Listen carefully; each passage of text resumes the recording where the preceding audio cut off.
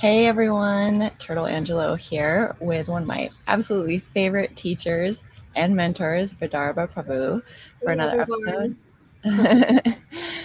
everyone. This is another episode of Braving Bhakti. So I was thinking today we could maybe talk about people pleasing because this is something that I definitely tend to do. And maybe we can just sort of discuss like the difference between people pleasing and living in service. Mm, yeah, when I was thinking of this topic, Turtle, I have to say I was really happy and excited because it's something that so many of us, including myself, Mhm. have grappled with. Especially when I finally realized I don't know how familiar you are with enneagrams. Um, Mhm. are you? Do you know a little bit about that? Yeah, I'm a 3. You are a three. Okay, so I'm a Yeah. two. Okay. So the thing is that that's a giver, someone who likes to give. But at the same time, like you were saying, that there is a whole spectrum where you can be on the unhealthy side of giving and also on the healthy side of giving. So there is something to be said about how to balance that, especially in a as a practicing spiritualist, we do want to give, but how do we give in a way that a we don't get depleted, and I guess two, the people that we give to don't feel manipulated, because there Mhm. is that Yes. aspect of giving that can be quite difficult. And so yeah, I think I'm very excited to talk about it. Yeah, I'm so glad you brought up the manipulative side, or what I think a more common term people use now is codependency, right? Where you're almost using your care as a way to control people. Yeah. Um, yeah, I think that I have fallen onto both sides of the spectrum. Sure. And the one thing that I feel I'm really starting to pick up now through Bhakti is um, a key point in it is what your focus or intention is in what Mm. you're doing, or what you're if you're helping, what the focus and intention is. Like if it is to receive their respect or their love or their whatever, then you Mm. might be headed in the wrong direction. But if you're doing it out of no expectation, simply because they could use the help, or that kind of thing, and you recognize when you have given to your end point and you're like, okay, I have to step away now because I have things to take care of over here, or that sort of thing. Yeah, I think that's true. There is a term, compassion fatigue, where we Mm. can, get tired, and it can be very draining. And I was just thinking about when you were speaking that the starting point really is just like charity begins at home. Compassion begins with oneself, and unless and until one takes the time to nurture oneself, one's giving is finally going to end up in a place of frustration. One of the common things that we will hear from people who have this sort of tendency to overgive Mhm. is, I did so much, or I gave so much, and you haven't reciprocated adequately enough, and it leads to this sense of frustration. And the reason for that is because each one of us, we have a very strong core need, is to love and to be loved, and we Mhm. cannot really do away with that need, but we have to fill that need from within, Mhm. rather than trying to find that, because there's really no one out there who can fulfill that deepest need within us. And I found that along the way, that the more I took time to connect with the beloved within the heart and the supreme Mhm. person, the more I felt free to sort of like give. And even now, when I feel depleted, then my giving quotient is directly connected to how much I am taking care of myself.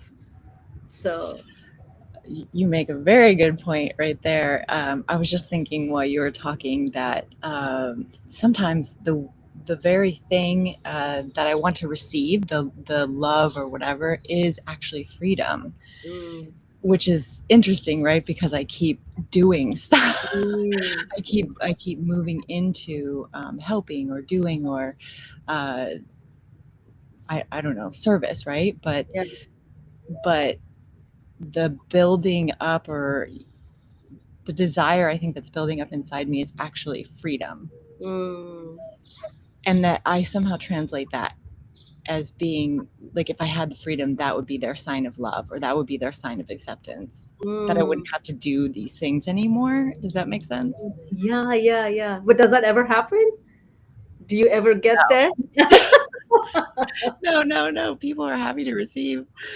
Yeah, yeah, yeah, yeah. And it is. I once heard something very beautiful from our teacher Prabhupada, and he said that this is in one of the ancient Bhakti texts, the Srimad Bhagavatam, where he says that there are two kinds of illusions. One is that I will be taken care of by someone, and the other is that I will be able to take care of someone. So that desire to sort of feel like I'm the savior and I can take care Yeah. is and so deep rooted. And when I read that, I was like, oh, you know, Yeah. because it's just Seriously. there. It's our default mode sometimes. And the other thing, I also had this sudden aha moment one day when, for the longest time, I felt like I was carrying the load of the world on my shoulders, and I felt like if I did not carry this load, somehow the world would stop.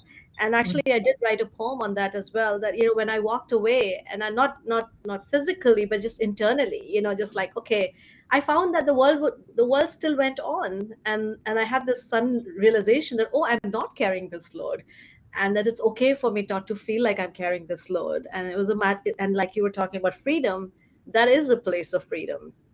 That we still, we have responsibilities, and we do have things we have to do for our loved ones, but to do it from a place, if the best is when we can do it from a place where we are also nurturing ourselves.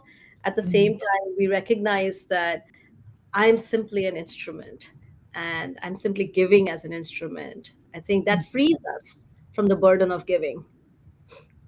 I like that. Sort of. What came to my head was, if I was battery operated, I need to recognize when my battery needs to be recharged. Yeah. And, you know, I'm not able to give when it's empty or low. I need to Yeah. go and plug myself in, and take care of myself.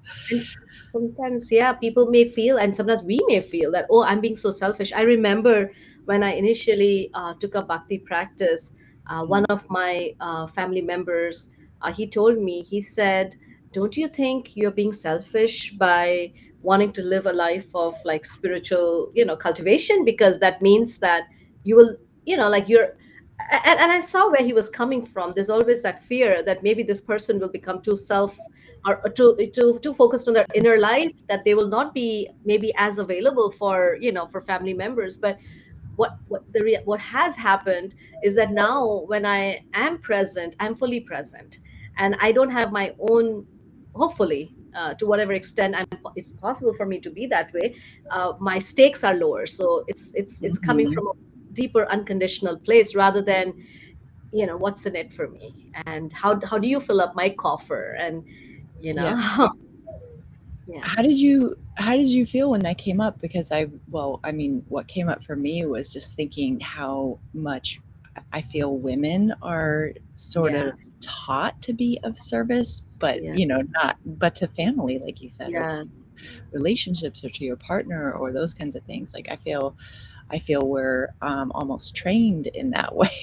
yeah, yeah, yeah. It is. I mean, that's so true. But I think when we connect that to our ability to be able to render even better service, Hmm. I think then that guilt, and it's service to myself as well, because how can I serve others if I'm not even able to take care of myself? So I think when we connect that, I knew that for me to be a better mother, I had to take that time, and that's the only way that I can be the best version of whatever, a wife, a mother, a daughter, whatever I Hmm. need to be.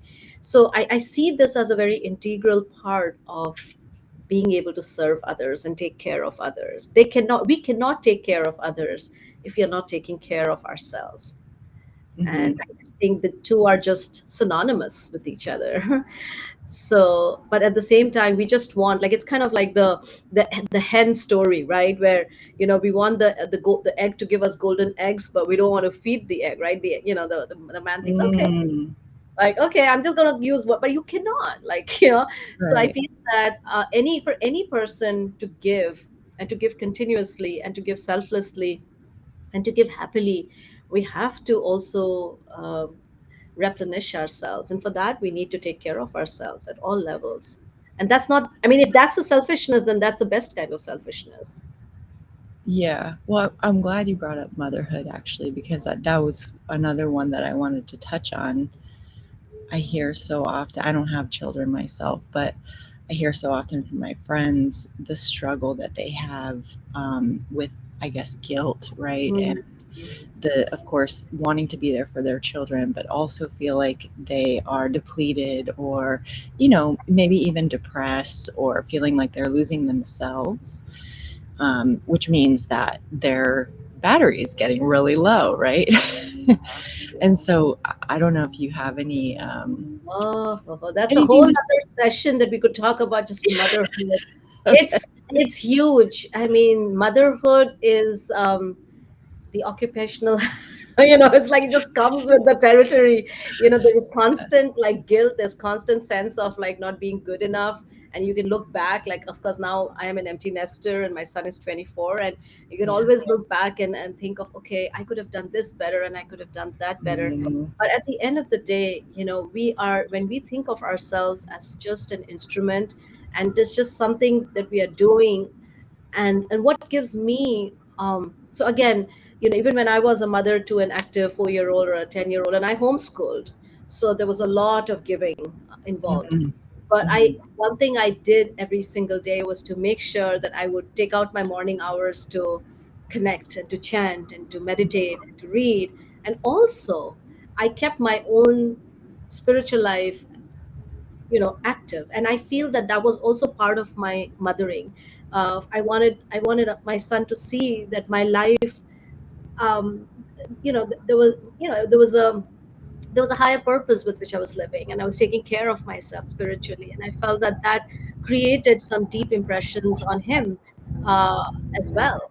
So, I feel that that's also part, when children see us as being happy, when they see us as being healthy, taking care of ourselves. I feel that that is also a very integral part of teaching our children and showing by our example, how we can take care, and um, how we have a life which is, deeper and richer and more meaningful. And I can also share another little thing, because because when we also do that, the children will grow, and they'll grow out of a certain phase, and they'll grow into a different phase.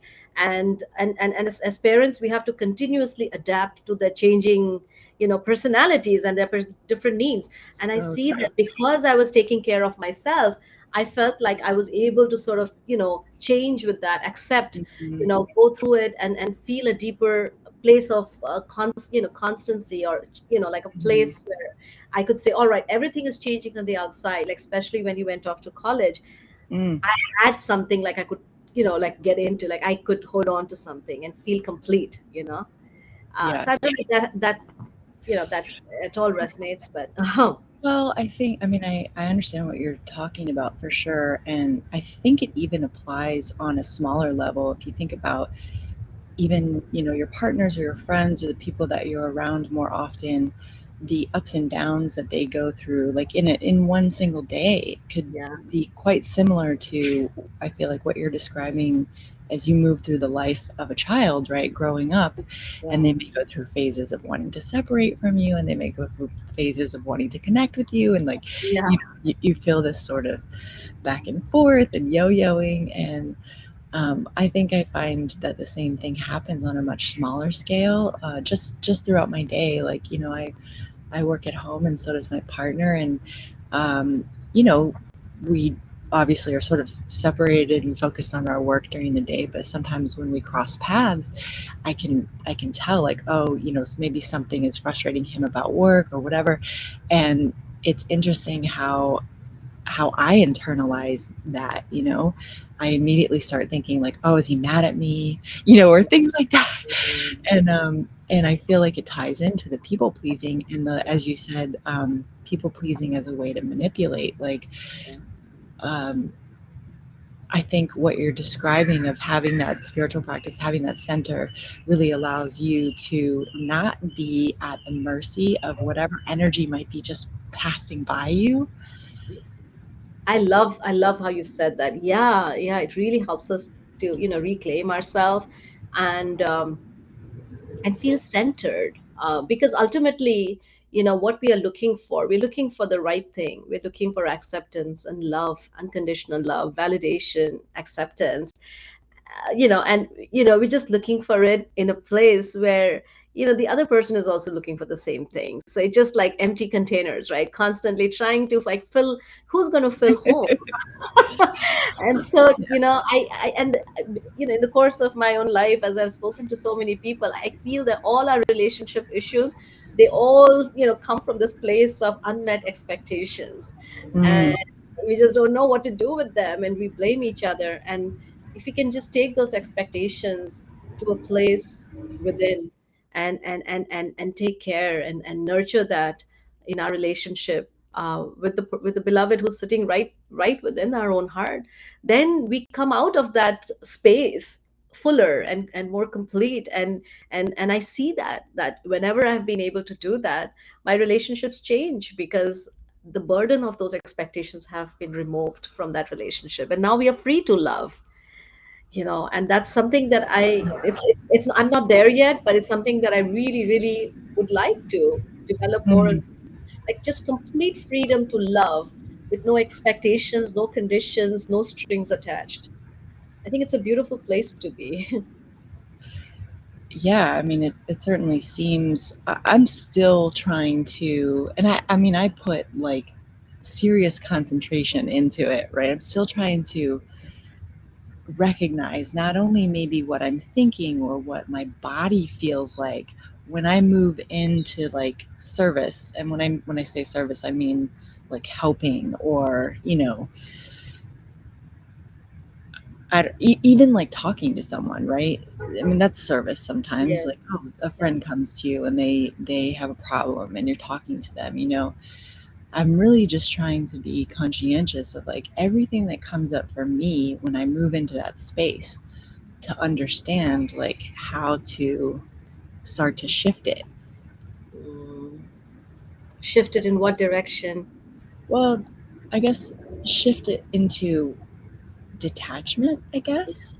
Um, You mm, know, like where I'm not invested in whatever the outcome of that service is. yeah, yeah, yeah, yeah. And that does require us to be connected or attached, because detachment in itself is just negation, right? But when we are attached, then we are able to create that space where Mhm. we are not at the center of that space, and Yeah, the divine is, and the person is also, we are able to honor that person in that exactly. Yeah. I mean, it's funny how well, I mean, going back to the beginning of our conversation where you said a family member was like, "Don't you think it's selfish to like get into the spiritual practice?" And it's like, actually, you know, to your point, it's actually one of the most selfless yeah, things. yeah. Um, I can't remember where I heard it, but somewhere I heard someone referring to like this idea of self, right? And Mm, how some people consider like their physical self mm, as them, mm, and some people consider like them and maybe their partner as like mm, themselves, you know, mm, or like them and their mm, family. And mm, that if you were really able to extend your self sense of self into like including everyone and everything, mm, mm. then you would really start to feel that difference, you know. Yeah, And it wouldn't be, we wouldn't even have this word selflessness, because it's really all about self. yeah, yeah, yeah, yeah. And we see that in the lives of some of the greatest spiritual, um, spiritually elevated people. Their ability to love, I think, is what distinguishes them. Their Yeah. compassion, their ability to love and give, and their complete, they are never in the center of any interaction, and people feel that, that energy is very, very, is what we are all looking for ultimately. That kind of, we ourselves Yeah. are looking for that unconditional love, and to become a conduit for that unconditional love allows us to feel very satisfied. Actually, to be an instrument of this kind of non-transactional love is the highest form of happiness that the heart is hankering for. And in each one of us, we have that capacity, and not just that. Then in that case, when then we try to serve others, then we are able to serve others, we are able to serve ourselves, and we are able to please everyone. Otherwise, I find that, we can go through our entire life trying to please people, but at the end, people are not pleased, you are not pleased, and you feel like, what happened? Exactly. Yeah. I mean, and that's that selfish point is Yeah, because you expected something out yeah, of your trying to please, and it yeah, didn't, it didn't come, or um, it didn't manifest in the way that you expected. yeah, yeah, And so, in a way, all my people pleasing or all these like acts of service or helpfulness that I think I'm doing is really yeah, just selfishness. yeah, yeah, yeah. That's so true. That is so true. And of course, like, we could also go on the other end of the spectrum and say, all right, it's all going to be about, me, me, me, me, me. And that can be sort of the other end of the spectrum, right? So again, sort of, who is that me that we are taking care of? So, like you were saying, right, that it's not the physical self, it's not the mental self, but it's our deepest spiritual self. When we take care of that, then from there, it automatically, it's the source or the fountainhead of pure selflessness. So then the me kind of expands, and I'm able to include, the supreme divine, and then include everything that is in relationship to that supreme divine as objects of my service, as the worthy recipients of my service. Yeah, yeah, definitely. Oh man, this is good. This is really good. Thank you so much for talking about this Yay. with me. So much. You bring out these amazing conversation points. I love it. Especially because, like I said in the beginning, it's part of my nature too. So always trying to find that balance between giving and taking care is something that I'm very conscious of, and I try to make sure that I can take care, because otherwise, I Yeah. would. Yeah, there is no, this compassion fatigue is a real thing. Yeah, well, I'm sure we'll probably have more talks about this as I like come up against new barriers around it, but Yeah. this is really helpful. So, Thank all you. right, well, I hope everyone found this talk useful or thought provoking, and we want to hear from you. So, please share your thoughts, feelings, reflections, questions, whatever you got in the comments below. And we also are happy to cover questions that you have on the show sometimes. So if you've got them, let us know. Don't forget to like and subscribe. It really helps the channel to grow. And also, I'm going to get Vidarbha to share the poem that she mentioned earlier because she's a beautiful poet. And you can also find her on Instagram at Bhakti_poems. And I will include that in the description below as well. All right. Yes, Thanks, everyone. thank you. Thank you, Vidarbha. Hey, thank you so much. Thank you. It's such a pleasure to be here with you and with everyone. Oh my gosh, me too. All right. Bye for now. Bye.